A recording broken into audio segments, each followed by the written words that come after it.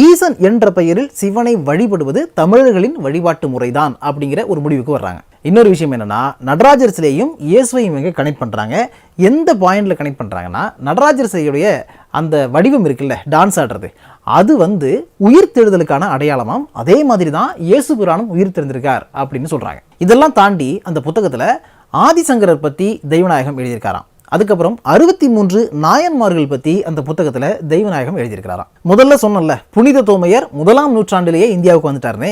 அவர் இந்தியாவுக்கு வந்த பிறகு இங்கே கட்டப்பட்ட தேவாலயங்கள் தான் சைவ அடையாளங்களாக இருந்தது அப்படின்னு இந்த புத்தகத்தில் சொல்லியிருக்கிறதா திருமாவளவன் சொல்லியிருக்கார். அப்படி சைவ அடையாளங்களாக இருந்த தேவாலயங்களில் ஞானஸ்தானம் பெற்றவர் தான் திருவள்ளுவர்.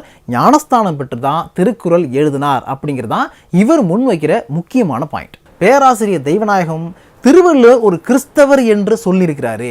அவர் சொல்லியிருக்கக்கூடிய அந்த கருத்துக்கள்,